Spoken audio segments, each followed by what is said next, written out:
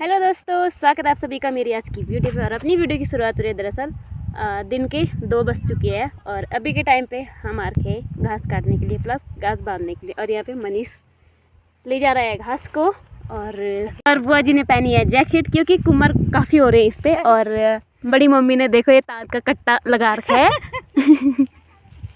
और हमें जाना है यहाँ से, वो धार दिख रही है ना, वो गाँव दिख रहा है हल्का हल्का, यहाँ जाना है हमें। और रास्ता ऐसा और का है ना क्या। और ऐसे वाले रास्ते पे मैं पहली बार जा रही हूँ क्योंकि हमारे तो मांगे वगैरह है नहीं। तो चलते हैं, बाय बाय।